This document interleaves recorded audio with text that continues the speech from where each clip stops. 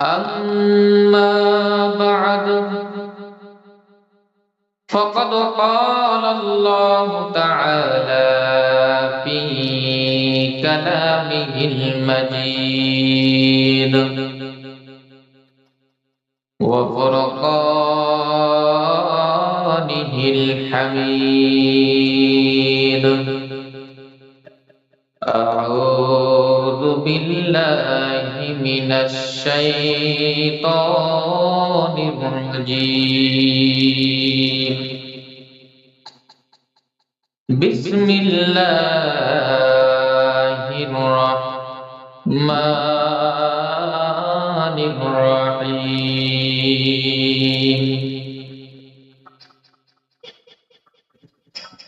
الذين آمنوا ولم يلبسوا إيمانهم بظلم أولئك لهم الأمن وهم مهتدون.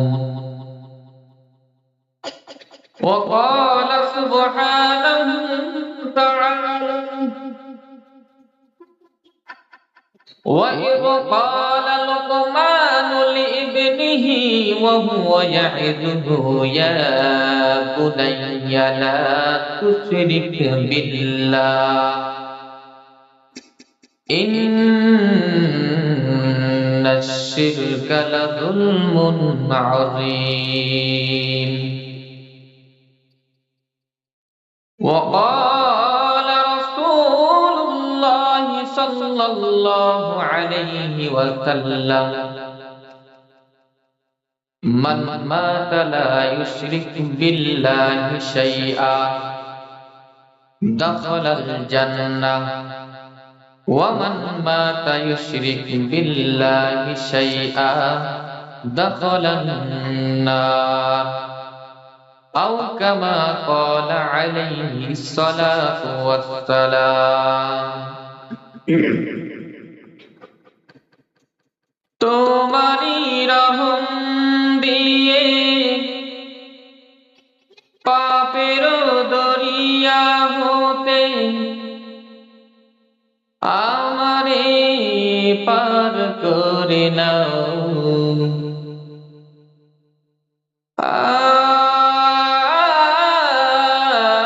তোমারি রহম দিয়ে পাপের দরিয়া হতে আমারে পার করে নাও। রহম বাড়ি দিয়ে আমার হৃদয়টাকে ধুয়ে মুছে সাফ করে দাও। রহম বাড়ি দিয়ে আমার হৃদয়টাকে ধুয়ে মুছে সাফ করে দাও। পাপী বলে মোরে দিও না ফেলে দূরে। ক্ষমা যদি না করো যাব কোথা কোন সে দুয়ারে। পাপী বলে মোরে দিও না ঠেলে দূরে। ক্ষমা যদি না করো যাব কোথা কোন সে দুয়ারে। হাত দুটি তুলেছি যত গুনাহ করেছি। হাত দুটি তুলেছি যত গুনাহ করেছি। ক্ষমারি চাদর দিয়ে দাও ঢেকে দাও। রহম বাড়ি দিয়ে আমার হৃদয়টাকে ধুয়ে মুছে সাফ করে দাও। রহম বাড়ি দিয়ে আমার হৃদয়টাকে ধুয়ে মুছে সাফ করে দাও। তোমারই রহম দিয়ে পাপের দরিয়া হতে আমারে পার করে নাও। রহম বাড়ি দিয়ে আমার হৃদয়টাকে ধুয়ে মুছে সাফ করে দাও। রহম বাড়ি দিয়ে আমার হৃদয়টাকে ধুয়ে মুছে সাফ করে দাও।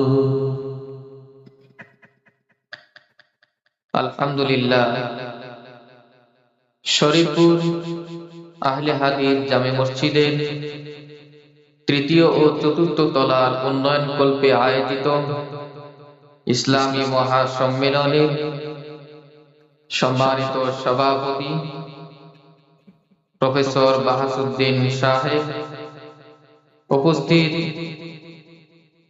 সম্মানিত উদ্বোধক জনাব মোহাম্মদ মিজানুর রহমান সাহেব, সভার মধ্যমণি জনাব আব্দুল হালিম, প্রধান অতিথি জনাব অ্যাডভোকেট শাহ মোহাম্মদ ওয়ারিস আলী মামুন, আমন্ত্রিত ওলামায়ে কেরাম, বিশেষ অতিথিবৃন্দ, মঞ্চে উপবিষ্ট মুরব্বিয়ানে কেরাম, সামনে ডানে বামে মুসলিম ভাইরা, যুবক সম্প্রদায় এবং ছোট্ট সোনামণিরা, পর্দার অন্তরালের মা ও বোনেরা, শুকরিয়া আদায় করছি মহান আল্লাহ রাব্বুল আলামিনের, যিনি আমাদেরকে এই মাহফিলে উপস্থিত হওয়ার তৌফিক দান করেছেন। বলি আলহামদুলিল্লাহ। দরুদ ও সালাম বর্ষিত হোক নবী মুহাম্মদুর রাসূলুল্লাহ সাল্লাল্লাহু আলাইহি ওয়াসাল্লামের উপর। সকলে বলি আল্লাহুম্মা সাল্লি আলাইহি আল্লাহুম্মা বারিক আলাইহি। আমার আলোচনার বিষয়বস্তু হলো জুলুম। জোরে বলুন, বিষয়বস্তু কি? জুলুম। উক্ত বিষয়ে আলোচনা করার পূর্বে একটি হাদিস আপনাদেরকে শোনাই। তাবরানী মুজামুল আওসাত 1556 নম্বর হাদিস।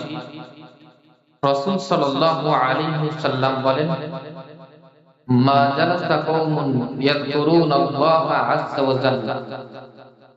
কোন জাতি বা কিছু লোক যখন একটি জায়গায় বসে আল্লাহর জিকির এর জন্য বসে, ইল্লা নাদাহুম মুনাদিম মিনাস সামা, আকাশ থেকে একজন ঘোষণাকারী ঘোষণা করতে থাকে, কুমু মাগফুরাল লাকুম। মাহফিল যখন শেষ হয়ে যায় তাদেরকে বলা হয়, তোমরা এখন চলে যাও, আল্লাহ তোমাদেরকে ক্ষমা করে দিয়েছেন। সুবহানাল্লাহ। শুধু তাই নয়, ওয়াকাদ বুদ্দিলাত সাইয়্যাতুকুম হাসানাত।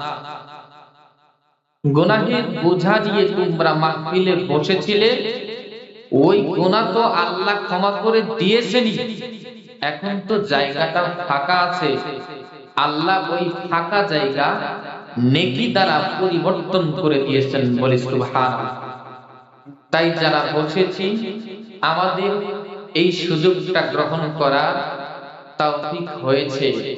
যারা বসি নাই, দাঁড়িয়ে আছি, অনুরোধ থাকবে ভিতরে এসে বসে পড়ুন, অযথা দাঁড়িয়ে থাকবেন না, মাহফিলের সৌন্দর্য নষ্ট হয়। আল্লাহ সকলকে তৌফিক দান করুন। বলি আল্লাহুম্মা আমিন। বলছিলাম আমার আলোচনার বিষয় হচ্ছে জুলুম। জুলুম শব্দের শাব্দিক অর্থ আমরা জানি, অবিচার, অত্যাচার, অনাচার, জানি না? পারিভাষিক অর্থে জুলুম বলা হয় ওয়াজউ শাই ফি গায়রি মাওদিহি, কোন বস্তুকে তার যথাস্থানে না রেখে বিপরীত ভাবে রাখাকে বলা হয় জুলুম। যেমন আমার সামনে মাইক্রোফোন আছে, এই দুইটা মাইক্রোফোন যে কথা বলবে তার দিকে রাখা হয়, এটা হলো এর রাখার জায়গা। কিন্তু যদি এদিক করে না রেখে এটা শ্রোতাদের দিকে করে রাখা হতো, এটা হলো মাইক্রোফোনের উপরে জুলুম। কারণ তার যেইভাবে থাকার কথা ছিল সেইভাবে রাখা হয়নি। ঠিক তেমনি ভাবে প্রত্যেক বস্তু বা মানুষ যে যেটা উপযুক্ত তা না করে এর উল্টোটা করাই হচ্ছে জুলুম। ওয়াজুলমু সালাসা, জুলুম হচ্ছে তিন প্রকার। জোরে বলুন কয় প্রকার? তিন প্রকার। ওয়াল আউয়াল যুলমুন বাইনাহু ওয়া বাইনাল্লাহি তাআলা, এক প্রকার প্রধান জুলুম হলো মানুষ আল্লাহর উপরে জুলুম করে। কথা বলুন, কার উপরে? আল্লাহর উপরে জুলুম করে। বলবেন মানুষ কি আবার আল্লাহর উপরে জুলুম করতে পারে? জি হ্যাঁ, আল্লাহর উপরে জুলুম করে। আল্লাহর উপরে জুলুম মানুষ কিভাবে করে? আমরা জানি ইবাদতের উপযুক্ত একমাত্র আল্লাহ রাব্বুল আলামিন। এই ইবাদত যদি আল্লাহর জন্য উৎসর্গ না করে অন্য কারোর জন্য করা হয়, এটা হলো আল্লাহর উপরে জুলুম। কারণ ইবাদতের একমাত্র হকদার কে? কে? আল্লাহ। দলিল হাদিস। মুআয বিন জাবাল রাদিয়াল্লাহু তাআলা আনহু বলছেন, কুনতু রাদিফান নবী সাল্লাল্লাহু আলাইহি ওয়াসাল্লাম আলা হিমারি, আমি আল্লাহর নবীর সাথে গাধার পিঠে ছিলাম। এমত অবস্থায় তিনি আমাকে জিজ্ঞাসা করলেন, আতাদরি ইয়া মুআয মা হাক্কুল্লাহি আলাল ইবাদ ওয়া মা হাক্কুল ইবাদি আলাল্লাহ, তুমি কি জানো বান্দার উপর আল্লাহর হক কি এবং আল্লাহর উপর বান্দার হক কি? মুআয বিন জাবাল রাদিয়াল্লাহু তাআলা বলছেন, আল্লাহু ওয়া রাসূলুহু আ'লাম, আল্লাহ এবং তার রাসূলই ভালো জানেন। অতঃপর আল্লাহর নবী বলেন, হাক্কুল্লাহি আলাল ইবাদ আন ইয়াবুদুহু ওয়া লা ইউশরিকু বিহি শাইআ, বান্দার উপরে আল্লাহর হক হলো বান্দা যতদিন বেঁচে থাকবে সব সময় ইবাদত করবে আল্লাহ, আল্লাহ ছাড়া অন্য কারো ইবাদত করবে না, আল্লাহর সঙ্গে কাউকে শরীক স্থাপন করবে না। ওয়া হাক্কুল ইবাদি আলাল্লাহ, আল্লাহর প্রতি বান্দার হক হলো আল্লাহ ইউআযযিবাহু মান লা ইউশরিকু বিহি শাইআ, যেই বান্দা আল্লাহর সঙ্গে কাউকে শরীক করে নাই, আল্লাহ তাকে আযাব দিবেন না। তাহলে ইবাদতের একমাত্র হক হলেন আল্লাহ রাব্বুল আলামিন। তার ইবাদত না করে যদি অন্য কারো করা হয়, এটা হয়ে যায় শিরক। আর এই শিরক করলে আল্লাহর প্রতি জুলুম করা হয়। আল্লাহ রাব্বুল আলামিন বলেন, আউযু বিল্লাহি মিনাশ শাইতানির রাজীম, বিসমিল্লাহির রাহমানির রাহিম, আল্লাযীনা আমানু ওয়া লাম يلبسوا إيمانهم بظلم أولئك لهم الأمن وهم مهتدون। যেই সমস্ত ব্যক্তিরা ঈমান আনয়ন করেছে, এরপরে ঈমানের সঙ্গে কোনো প্রকার জুলুম মিশ্রিত করেনি, আল্লাহ রাব্বুল আলামিন বলছেন, উলাইকা লাহুমুল আমনু ওয়া হুম মুহতাদুন, তারাই আল্লাহর পক্ষ থেকে নিরাপত্তা পাবে এবং তারাই হবে হেদায়েত প্রাপ্ত। বলি সুবহানাল্লাহ। সাহাবায়ে কেরাম বললেন, ও আল্লাহর নবী, এমন কোন মানুষ কি আমাদের মধ্যে আছে যে মানুষ নিজের উপরে জুলুম করে না? প্রতিদিন আমরা নিজেদের উপরে জুলুম করছি, কেউ এমন বলতে পারবে না নিজের উপরে জুলুম করে নাই। তাহলে এই জুলুমটা কি? আল্লাহর নবী বলেন, তোমরা এই জুলুমের কথা বুঝতে ভুল করেছো। এই জুলুম তোমরা যেটা মনে করছো সেই জুলুম না। তোমরা কি জানো না লুকমান হাকিম কি বলছে? আল্লাহ তার কথা কোরআনে বলেন, ওয়া ইযু ক্বামা ইবনিহি ওয়া হুয়া ইয়াইযুহু ইয়া বুনাইয়া লা তুশরিক বিল্লাহি শাইআ ইন্নাশ শিরকা লাযুলমুন আযীম। লুকমান হাকিম তার সন্তানকে ওয়াজ করছে, নসিহত করে বলছে, ও আমার সন্তান, লা তুশরিক বিল্লাহি শাইআ, খবরদার খবরদার আল্লাহর সঙ্গে কাউকে শরীক স্থাপন করবে না। ইন্নাশ শিরকা লাযুলমুন আযীম, নিশ্চয় শিরক হলো সবচেয়ে বড় জুলুম। সবচেয়ে বড় জুলুমের নাম কি? শিরক। এই জুলুম কোন মানুষের উপরে হয় না, এই জুলুম হয় যার উপরে? তিনি আপনার আমার সৃষ্টিকর্তা মহান আল্লাহ রাব্বুল আলামিন।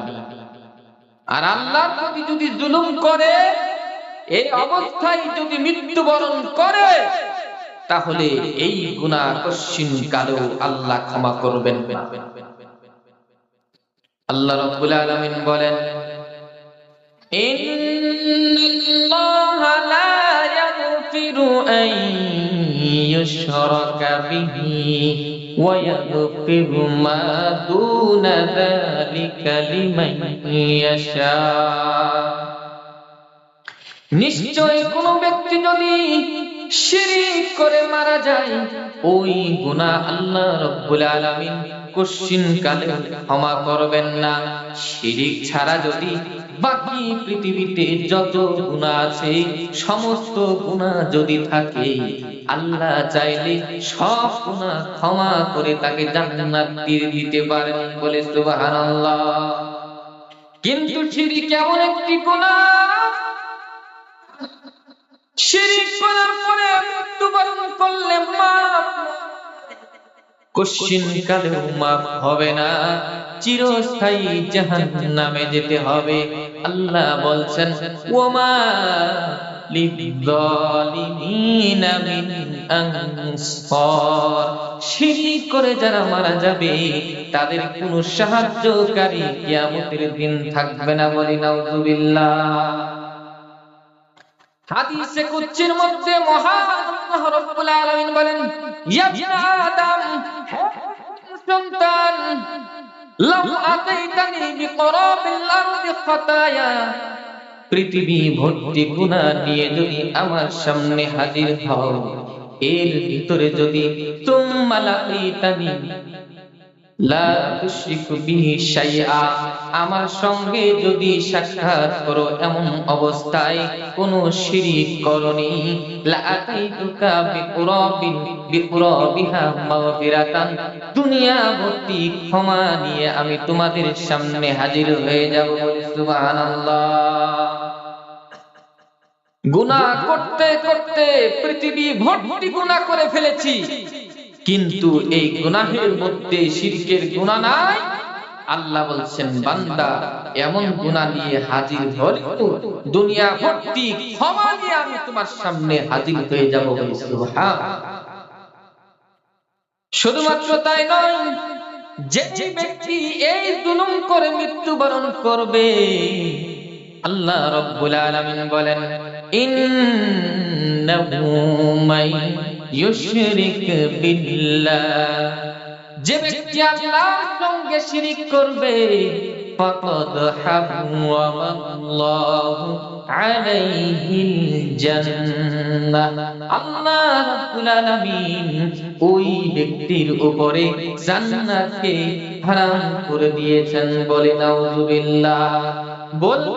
যারা শিরিক করে আল্লাহর সঙ্গে, যারা অন্যকে শরীক স্থাপন করে, তারা এবার বলবে জান্নাতে যেতে পারবো না তো কি হয়েছে, আল্লাহর আরশ আছে, আরশের পায়ের নিচে গিয়ে পালাবো আমরা। আল্লাহ এই সুযোগ রাখেন নাই, বলে দিয়েছেন তোমাদের থাকার জায়গা হলো জাহান্নাম। এরপরে যদি কোনো ব্যক্তি শিরিক করে মারা যায়, আল্লাহ রাব্বুল আলামিন বলেন মান মাতা ইউশরিক বিল্লাহি শাইআ দাখালান নার, শিরিক করে যদি মৃত্যুবরণ করে আল্লাহ ওই ব্যক্তিকে চিরস্থায়ী জাহান্নামে পাঠিয়ে দিবেন। জোরে বলুন নাউযুবিল্লাহ। ওয়া মান লা ইউশরিক বিল্লাহি শাইআ দাখালাল জান্নাহ, আর যে ব্যক্তি শিরিক না করে মারা যাবে, অন্য গুনাহ থাকলেও একদিন না একদিন সে জান্নাতে প্রবেশ করবেই করবেই, এতে কোনো সন্দেহ না। সন্দেহ আছে? নাই। তাওহীদ যার ঠিক, আকীদা যার ঠিক, তার হাজারো গুনাহ থাকলেও আল্লাহ সমস্ত গুনাহ ক্ষমা করে দিয়ে তাকে জান্নাতে দিবেন। প্রমাণ হাদিস বুখারী, মুসলিম সহ আরো অন্য কিতাবে আছে। আল্লাহর নবীর সামনে একদিন সাহাবায়ে কেরামরা জিজ্ঞাসা করছেন, আল্লাহর নবী,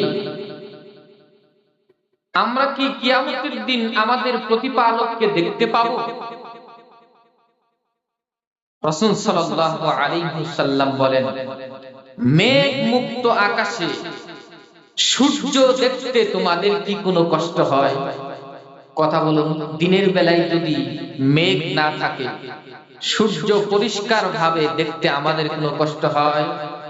জোরে বলুন, কষ্ট হয়? আল্লাহর নবী বলেছেন, তোমরাও তোমাদের প্রতিপালককে দেখতে পাবে, তোমাদের কোনো প্রকার কষ্ট হবে না। বলি সুবহানাল্লাহ। আল্লাহর নবী আবার বলেন, 14 তারিখের দিবাগত রাত্রিতে পূর্ণিমার চাঁদ যখন উদিত হয়, ওই চাঁদকে দেখতে তোমাদের কোনো কষ্ট হয় নাকি? সাহাবায়ে কেরাম বললেন, না, তোমরাও এইরকম ভাবে তোমাদের প্রতিপালককে দেখতে পাবে, তোমাদের কোনো প্রকার কষ্ট ভোগ করতে হবে না। বলে সুবহানাল্লাহ। আল্লাহর নবী সাল্লাল্লাহু আলাইহি ওয়াসাল্লাম এরপরে বলছেন, কিয়ামতের দিন আল্লাহ রাব্বুল আলামিনের পক্ষ থেকে একজন ঘোষণাকারী ঘোষণা করতে থাকবেন, ও দুনিয়ার মানুষ, দুনিয়াতে যে যার ইবাদত করেছিলে তার সঙ্গে গিয়ে তোমরা মিলিত হও। দুনিয়াতে যে যার ইবাদত করেছিলে তার সঙ্গে গিয়ে মিলিত হও। এই ঘোষণা শোনার সঙ্গে সঙ্গে যারা পুরুষের ইবাদত করেছিল পুরুষের সাথে গিয়ে মিলিত হবে, যারা মূর্তির ইবাদত করেছিল মূর্তির সাথে গিয়ে মিলিত হবে, যারা মূর্তির ইবাদত করেছিল মূর্তির সাথে গিয়ে মিলিত হবে, যারা অগ্নি পূজা করেছিল তার সাথে গিয়ে মিলিত হবে। একমাত্র আল্লাহর একনিষ্ঠ বান্দা যারা আছে, ইবাদত পূজার বান্দা যারা আছে, তারাই একমাত্র কারোর সঙ্গে মিলিত হবে না, তারা এক জায়গায় দাঁড়িয়ে থাকবে। আল্লাহ রাব্বুল আলামিন ইহুদিদেরকে জিজ্ঞাসা করে বলবেন, ও ইহুদির দল, তোমরা দুনিয়াতে কার ইবাদত করেছো? তখন তারা বলবে, দুনিয়ার জিন্দেগিতে যতদিন আমরা বেঁচে ছিলাম আমরা আল্লাহর পুত্র উযাইরের ইবাদত করেছি।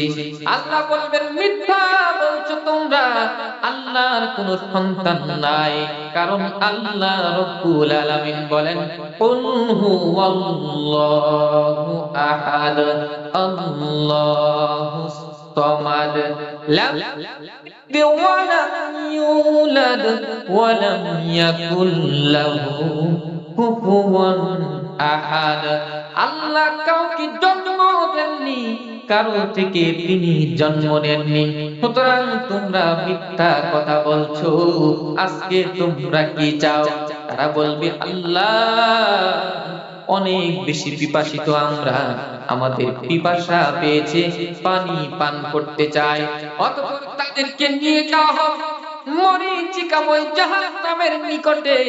জাহান্নামের কাছে গিয়ে যখন তারা থামবে, মরীচিকাময় জাহান্নাম দেখে মনে হবে পানি টলমল করছে।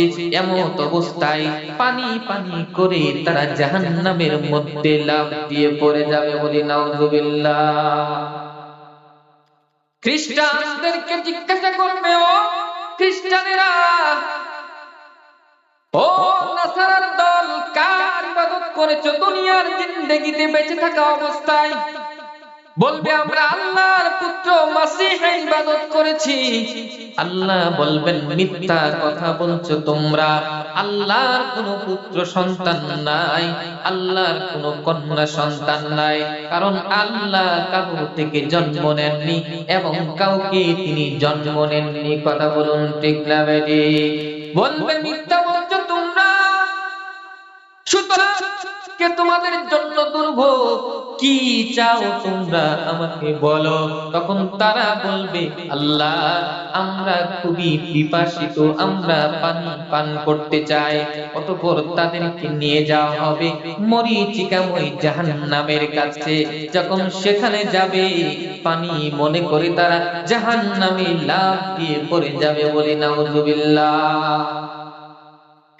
এরপরে আরেক শ্রেণীর লোক, যারা কারোর সঙ্গে মিলিত হয়নি, আল্লাহ তাদেরকে জিজ্ঞাসা করবেন, ও মানুষেরা, কি কারণ, কি ঘোষণা দেওয়া হয়েছিল যে যার ইবাদত করেছো তার সঙ্গে গিয়ে মিলিত হও? তোমাদের কি অবস্থা? তোমরা কারোর সঙ্গে মিলিত কেন হওনি? তখন তারা বলবে আমরা ঘটনা শুনেছিলাম যে যার ইবাদত করতে তার সঙ্গে গিয়ে মিলিত হও। আমরা দুনিয়ার বাড়িতে থাকা অবস্থায় আমাদের যেই প্রতিপালকের ইবাদত আমরা করেছি তার আশায় আমরা রয়েছি, তার সাক্ষাৎ আমরা যতক্ষণ না পাবো আমরা তো মিলিত হতে পারছি না। অতঃপর আল্লাহ পরক্ষণে এমন এক আকৃতিতে আসবেন, এসে বলবেন আমি হচ্ছি তোমাদের প্রতিপালক। বলে সুবহানাল্লাহ। অতঃপর তাদেরকে বলা হবে তোমাদের প্রতিপালকের চিহ্ন কি? কি চিহ্ন দেখে তোমরা তোমাদের প্রতিপালককে চিনতে পারবে? তারা তখন বলবে আমরা আমার প্রতিপালকের পায়ের নলা দেখলে চিনতে পারবো। বলে সুবহানাল্লাহ। আল্লাহ রাব্বুল আলামিন তখন তার পায়ের গোছাকে খুলিয়ে দিবেন। খোলার সঙ্গে সঙ্গে সমস্ত সেখানে ইবাদতগুজারি বান্দাগণ আল্লাহর সিজদায় পড়ে থাকবেন। জোরে বলে সুবহানাল্লাহ। কিন্তু যেই সমস্ত ব্যক্তিগণ লোক দেখানোর জন্য সিজদা করেছেন, ওই সমস্ত ব্যক্তিগণ সিজদা করতে পারবে না। যখনই সিজদা করতে চাইবে পিঠকে আল্লাহ তক্তার মতো শক্ত করে দিবেন। জোরে বলুন নাউযুবিল্লাহ। এজন্য পৃথিবীর মানুষ জীবন যতদিন আছে ততদিন আল্লাহ হুকুম করেছেন ওয়া আকিমুস সালাতা ওয়া আতুজ যাকাতা, তোমরা সালাত আদায় করো, যাকাত দাও, ওয়ারকাউ মা'আর রাকিঈন, রুকুকারীদের সঙ্গে রুকু করো। সুতরাং নামাজ আমাদেরকে পড়তেই হবে, পড়তেই হবে। নামাজ না পড়লে কিয়ামতের দিন ক্ষমা পাওয়া যাবে না। কেমন করে ঘুমাও তুমি? হজর করে কাজা। এমনও তো হতে পারে জোহরে তোমার জানাজা হতে পারে কি পারে না? মুসলিম হয় না জন্ম নিলে মুসলমানের ঘরে, কাফের মুমিন তফাতটা হয় সালাতের উপরে। হে মানুষ, সালাতের উপরে। কিসের উপরে? মুসলিম হয় না জন্ম নিলে মুসলমানের ঘরে, কাফের মুমিন তফাৎটা হয় সালাতের উপরে। এই জীবনে সালাত যেন, ওই জীবনে সালাত যেন হয় না কবু কাজা। এমনও তো হতে পারে তোমার জোহরে জানাজা। কেমন করে ঘুমাও তুমি ফজর করে কাজা, এমনও তো হতে পারে তোমার জোহরে জানাজা। বেনামাজি পাবে না ভাই নবীর শাফায়াত, দোজখ হবে শেষ ঠিকানা। আঘাত আর আঘাত রে মানুষ, আঘাত আর আঘাত। মনে করেছেন নবী তো শাফায়াত করবে, জান্নাতে যাব না? নামাজ না পড়লে নবী শাফায়াত জোরে বলুন করবে? বেনামাজি পাবে না ভাই নবীর শাফায়াত, জাহান্নাম হবে শেষ ঠিকানা। আঘাত আর আঘাত রে মানুষ, আঘাত আর আঘাত। বেনামাজি পাবে না ভাই নবীর শাফায়াত, দোজখ হবে শেষ ঠিকানা। আঘাত আঘাত। নামাজ বিনে পরো পারে, ও নামাজ বিনে পরো পারে, পাবে না ভাই যা যা। এমনও তো হতে পারে তোমার জোহরে জানাজা।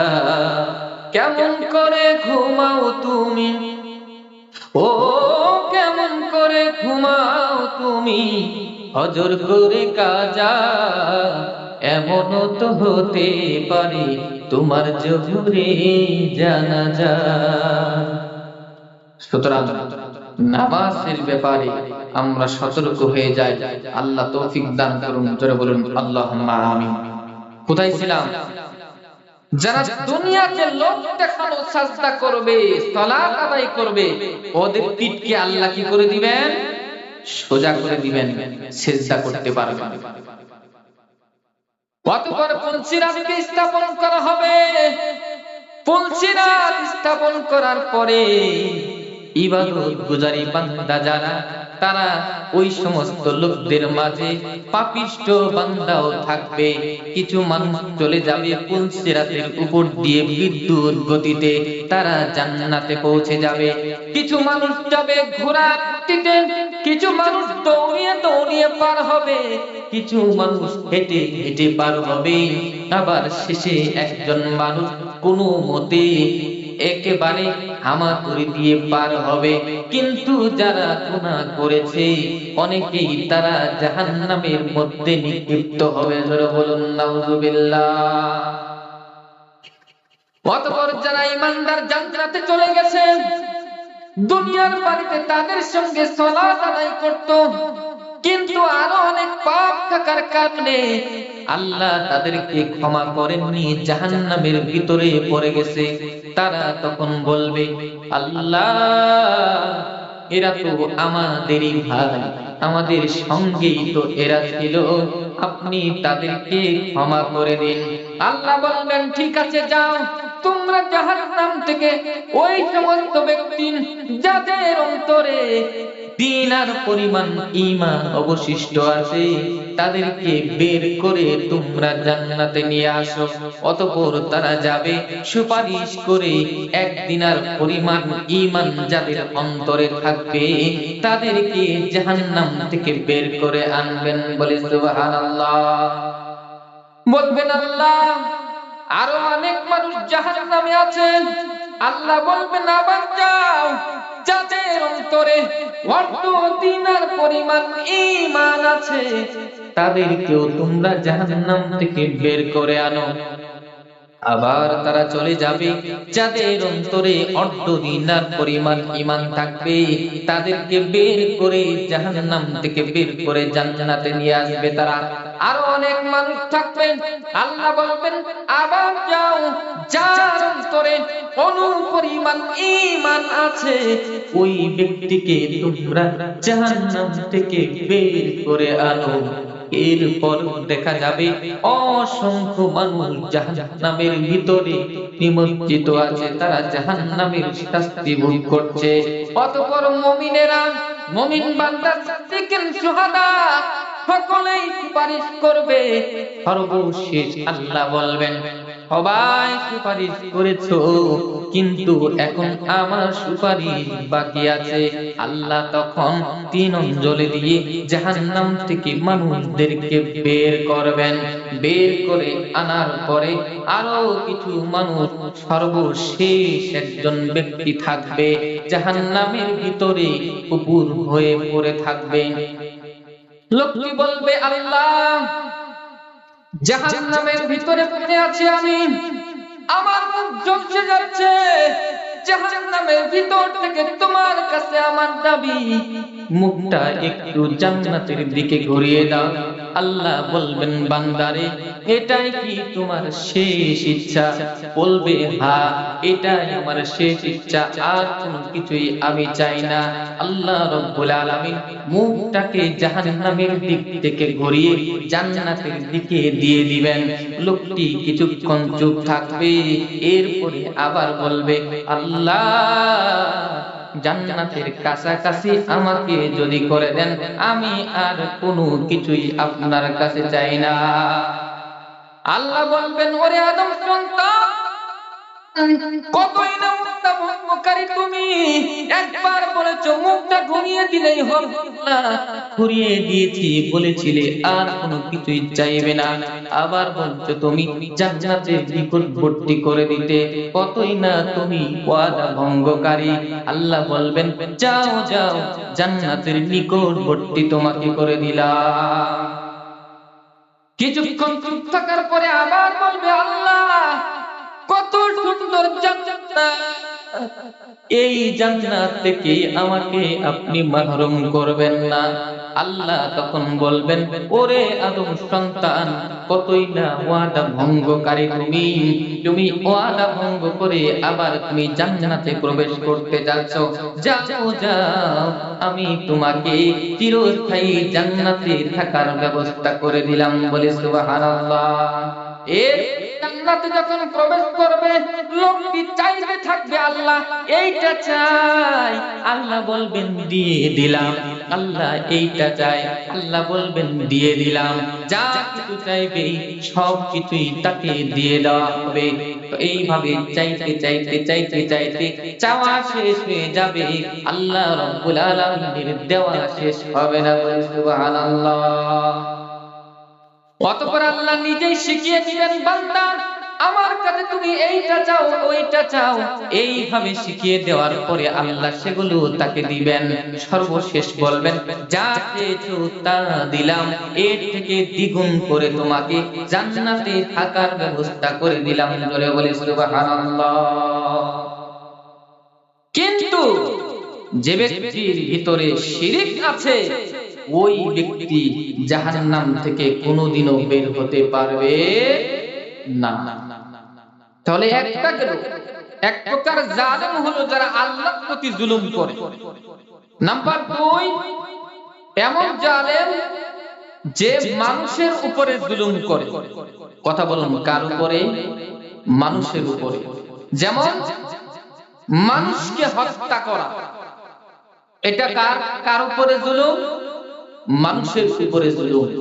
এই জুলুম যদি কোনো ব্যক্তি করে, আল্লাহ রাব্বুল আলামিন তার ব্যাপারে বলে ওয়া মান ইয়াকতুল মুমিনান মুতাআম্মিদান ফাজাযাউহু জাহান্নাম খালিদান ফিহা ওয়া গাদিবাল্লাহু আলাইহি ওয়া লা'নাহু ওয়া আ'আদ্দা লাহু আযাবান আযীমা।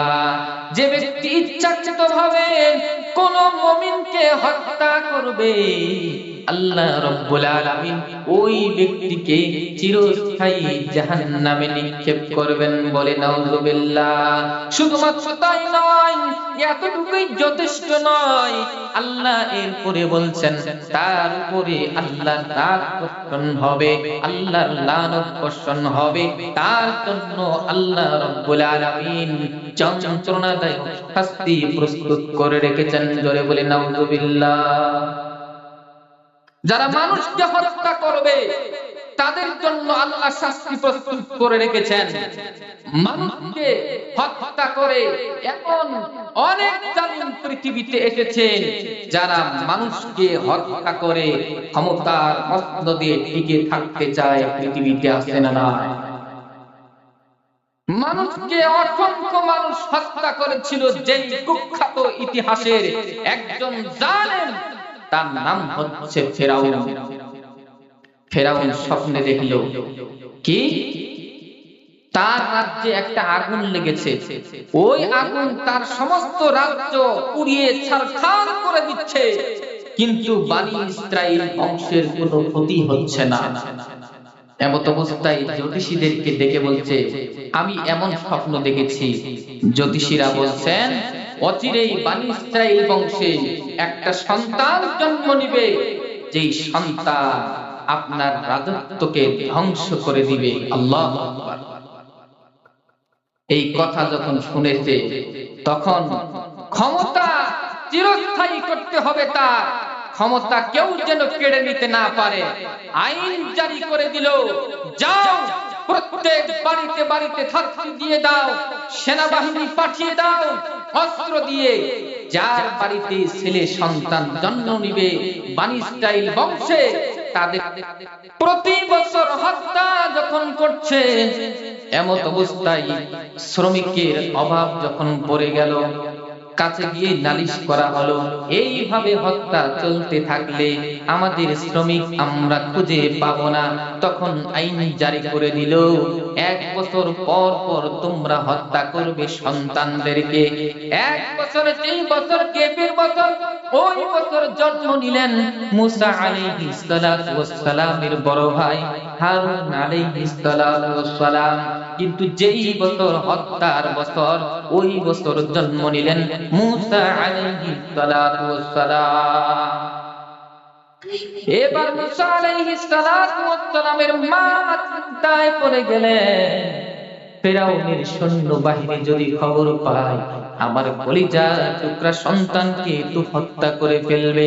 আল্লাহ ইলহাম করে দিলেন, ও মুসার মা, তুমি চিন্তা করো না, তোমার সন্তানকে একটা বাক্স তৈরি করে তার ভিতরে রেখে তুমি নদীতে ভাসিয়ে দাও, আমি তোমার সন্তানকে আবার তোমার কোলে ফিরিয়ে দিব। বলে সুবহানাল্লাহ।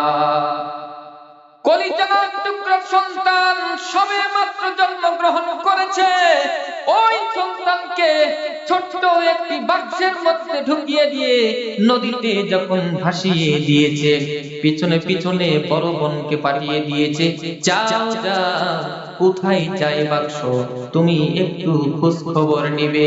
পিছনে পিছনে যখন যাচ্ছিল, দেখে ফেরাউনের যে ঘাট রয়েছে, ওই ঘাটে গিয়ে বাক্সটা থেকে গিয়েছে। বলে সুবহানাল্লাহ। কথায় আছে একটা কথা, যেখানে বাঘের ভয় সেখানে কি হয়, রাত হয়। ঘটনা যেন তেমনই হয়ে গেল, কিন্তু যেমন মনে করছে এমনটা নয়। যখন সেখানে উপস্থিত ফেরাউনের স্ত্রী ঘাটে যাওয়ার পরে দেখে বাক্স খুলে দেখে, বাহ, কত সুন্দর একটি বাচ্চা, এত সুন্দর বাচ্চা, ফুটফুটে বাচ্চা, দেখে তো খুবই খুশি, কারণ তাদের কোনো ছেলে সন্তান নাই, নিয়ে বাড়িতে চলে গেছে। ফেরাউন দেখে বলছে, এটাই তো সেই সন্তান যে আমার রাজত্বকে ধ্বংস করে ফেলবে। কি বলছো তুমি? এতটুকু একটা দুধের বাচ্চা তোমার রাজত্বকে ধ্বংস করে ফেলবে? এটা কখনোই সম্ভব নয়। আমরা এই বাচ্চাটাকে নিজেদের যেহেতু ছেলে সন্তান নেই, সন্তান হিসেবে গ্রহণ করি, এ আমাদের অনেক উপকারে আসবে। তখন চেহারা একদিকে সুন্দর, মায়ায় পড়ে গেল, আর আল্লাহ চাচ্ছেন তাদেরকে এখানে রাখতে, সুতরাং সেখানেই বসবাসের ব্যবস্থা হয়ে গেল। কিন্তু দুধ তো কারো খাচ্ছে না। একজন নাবালক শিশু, নবজাতক শিশু, তার খাবার একটাই, সেটা হলো মায়ের বুকের দুধ। কোন ধাত্রীর দুধ সে পান করছে না। এবার দুধ থেকে মুসা আলাইহিস সালাতু ওয়াস সালামের বোন কাছে এসে বলছে, শোনো, আমি একজন মহিলাকে চিনি, তিনি যদি এই বাচ্চাকে দুধ পান করান, তাহলে এই বাচ্চা দুধ পান করবে আশা করা যায়। বলে সুবহানাল্লাহ। হচ্ছে ভালো কথা, তাকে নিয়ে আসো। অতঃপর নিয়ে আসা হলো, বুকের সঙ্গে ধরার সঙ্গে সঙ্গেই দুধ পান করা শুরু করে দিল। বলি আলহামদুলিল্লাহ। অতঃপর এমন যখন হয়ে গেল, রাষ্ট্রীয়ভাবে তাকে মর্যাদা দেওয়া হলো, রাষ্ট্রীয় পরিবারের সাথে সংযোগ করা হলো। শুধুমাত্র তাই নয়, প্রতি মাসে মাসিক একটি বেতন তাদের জন্য নির্ধারণ করে দিয়ে দেওয়া হলো। বলি সুবহানাল্লাহ। আগে সংসারে অভাব ছিল, আর সন্তান হত্যা হওয়ার ভয় ছিল। সন্তান এখন যেই ব্যক্তি হত্যা করতেছিল তার বাড়িতে অবস্থান করছে। শুধুমাত্র তাই নয়, রাষ্ট্রীয়ভাবে তাকে সম্মান দেওয়া হয়েছে, তার পরিবারের থাকার ব্যবস্থা, খাওয়ার ব্যবস্থা হয়ে গিয়েছে, আর তার পরিবারকে মাসিক বেতন ভাতা দেওয়ার ব্যবস্থা হয়ে গিয়েছে। এটাই হলো আল্লাহর কৌশল। ও দুনিয়ার জালিমেরা, ক্ষমতার মসনদে বসে থাকার জন্য মানুষকে যতই তুমি হত্যা করো না কেন, আল্লাহর কৌশল খুবই সূক্ষ্ম। আল্লাহ রাব্বুল আলামিন যদি না চান, হাজারো চেষ্টা করলেও, হাজার হাজার মানুষ হত্যা করলেও ক্ষমতার চেয়ারে বসে থাকতে পারবে না, পারবে না, পারবে না। কথা বলুন ঠিক না বেঠে? পারবে না। ফেরাউন থাকতে পারেনি, কত শক্তিশালী ছিল ফেরাউন। যে ফেরাউন যাকে হত্যা করার জন্য এত কৌশল করলো, এতগুলো মানুষকে হত্যা করলো, সেই মূসা এখন কোথায়? তার নিজের ঘরে। ইতিহাস সাক্ষী, ফেরাউনের মতো যত জালিম পৃথিবীতে এইভাবে মানুষদেরকে হত্যা করেছে, ক্ষমতার মসনদে বসে থাকার জন্য তাদের নিকটবর্তী মানুষরাই তাদেরকে হত্যা করেছে। কথা বলুন ঠিক কিনা? সুতরাং ক্ষমতায় বসে থাকার জন্য মানুষ হত্যা করা বন্ধ করুন।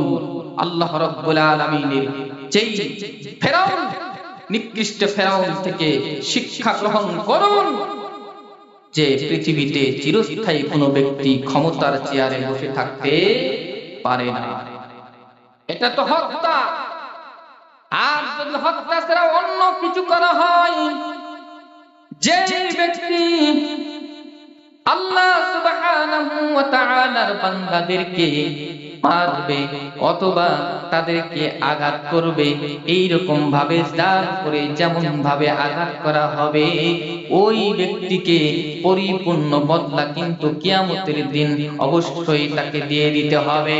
বলবেন আল্লাহর নবী বলেন যে মান কানাত লাহু মাসলামাতুন লিআহাদিন আও বিশাইইন, কোন ব্যক্তি যদি কারো উপরে জুলুম করে, ফালইয়াতাহাল্লালহু মিনহুল ইয়াওমা ক্বাবলা আন ইয়াকুনা দিনারুন ওয়ালা দিরহামুন, সে যেন যেদিন কোনো দিনার থাকবে না, যেদিন কোনো দিরহাম থাকবে না, ওই দিন আসার আগেই যেন তার কাছে ক্ষমা চায়। যদি এমনটা না ঘটে, তাহলে কিয়ামতের দিন ওই ব্যক্তিটার সাথে অন্যায় করেছে, ওই ব্যক্তিকে তার যতটুকু জুলুম করেছে তার নেকি থেকে নিয়ে প্রতিদান দিয়ে দেওয়া হবে। বলে নাউজুবিল্লাহ। এমন ভাবে যদি দিতে দিতে দিতে দিতে যদি পাওনাদার আরো আছে কিন্তু নেকি শেষ, আল্লাহর নবী বলেন উখিযা মিন খাতায়াহুম ফাতুরিহাত আলাইহি তুম্মা তুরিহা ফিন্নার, তাদের গুনাহগুলো তাদের উপরে চাপিয়ে দেওয়া হবে, এরপরে জাহান্নামে নিক্ষেপ করা হবে। বলি নাউজুবিল্লাহ। প্রতিদান সমান সমান দেওয়া হবে, কেউ এর থেকে ছাড় পাবে না। ৩ নাম্বার জুলুম হলো নিজের উপরে জুলুম। যারা বলুন কার উপরে জুলুম? নিজের উপরে জুলুম, এটা বলেই শেষ করছি। মানুষ যখন আল্লাহর অবাধ্য হয়, তার রাসূলের অবাধ্য হয়, অর্থাৎ পাপ করে, তখন তারা নিজেই নিজেদের উপরে জুলুম করে। অর্থাৎ পাপ করলে কাদের উপরে জুলুম হয়? নিজের উপরে জুলুম হয়। এজন্যই দোয়ার ভিতরে আমরা বলি, রব্বানা যালামনা আনফুসানা ওয়া ইল্লাম তাগফির লানা ওয়া তারহামনা লানাকুনান্না মিনাল খাসিরিন। ও আমাদের রব, আমরা আমাদের নফসের উপর জুলুম করেছি, মানে পাপ করেছি। ওয়া তারহামনা ওয়া ইল্লাম তাগফির লানা, আপনি যদি ক্ষমা না করেন, ওয়া তারহামনা, দয়া না করেন, লানাকুনান্না মিনাল খাসিরিন, আমরা ক্ষতিগ্রস্তদের অন্তর্ভুক্ত হয়ে যাব। আর আমরা নামাজের মধ্যে দোয়া করি, আল্লাহুম্মা ইন্নী যালামতু নাফসি যুলমান কাসীরা, হে আমাদের প্রতিপালক, আমরা জুলুম করেছি নিজেদের উপরে, যুলমান কাসীরা, অনেক ব্যক্তি জুলুম, ওয়ালা ইয়াগফিরুয যুনুবা ইল্লা আনতা, আপনি যদি ক্ষমা না করেন, আমাদের আর ক্ষমা করার কেউ নাই। সুতরাং পাপ করলে মানুষ নিজেদের উপরে জুলুম হয়। এই জন্যই একটি কথা আছে, মায়ে জানে বাপে আর মনে জানে বাপে। যে ব্যক্তি পাপ করে, আল্লাহর নবী বলছেন, তার অন্তরে একটি কালো দাগ পড়ে যায়। যদি সে তওবা করে, তাহলে এই দাগটা মুছে যায়। যদি সে গুনাহ করতেই থাকে, দাগগুলো বৃদ্ধি হতেই থাকে। একটা পর্যায়ে গিয়ে পাপের অনেক ভার হওয়ার কারণে অনেক মানুষ চিন্তায় পড়ে যায়। চিন্তিত হতে হতে অনেক মানুষ হার্ট অ্যাটাক করেও মরে। কথা বলুন ঠিক না বেঠিক? এজন্য গুনাহ করলে কোন মানুষ না জানলেও আপনি তো জানেন, আপনার অন্তর ধুকে ধুকে প্রত্যেকটা ক্ষণে ক্ষণে আপনাকে কষ্ট দিচ্ছেন। এজন্য পাপ থেকে বিশুদ্ধ হওয়ার জন্য মূল দুইটি উপায়, একটি হলো তাওবা, তওবা করলে যাবতীয় পাপকে আল্লাহ ক্ষমা করে দেন। আর দ্বিতীয় আরেকটি উপায় হচ্ছে আল্লাহর কাছে ক্ষমা চাওয়া, বেশি বেশি ক্ষমা চাবো, যতক্ষণ ইচ্ছা, দিনে কমপক্ষে 70 বার, যত বেশি পারা যায় আল্লাহর কাছে ক্ষমা চাওয়া। এই 3 প্রকারের জুলুমের কথা বললাম। শিরিক করলে আল্লাহর উপরে জুলুম হয়, কাউকে হত্যা করলে, কাউকে আঘাত করলে, কারো সম্মান হানি করলে, কারো সম্পদ খেয়ে ফেললে, এগুলো মানুষের উপরে জুলুম হয়। এর ভয়াবহতাও অনেক। এরপরে যাবতীয় পাপ যতগুলো আছে, নিজের উপরে জুলুম হয়। এই জুলুম থেকে যদি আমরা বিরত না থাকি, তাহলে ইহকালে এবং পরকালে আমাদের জন্য অনেক শাস্তি অপেক্ষা করছে। তাই আসুন যাবতীয় জুলুম থেকে আমরা আমাদেরকে বিশুদ্ধ করার জন্য আল্লাহর কাছে তাওবা করি এবং মানুষের কাছে ক্ষমা চেয়ে নেই। আল্লাহ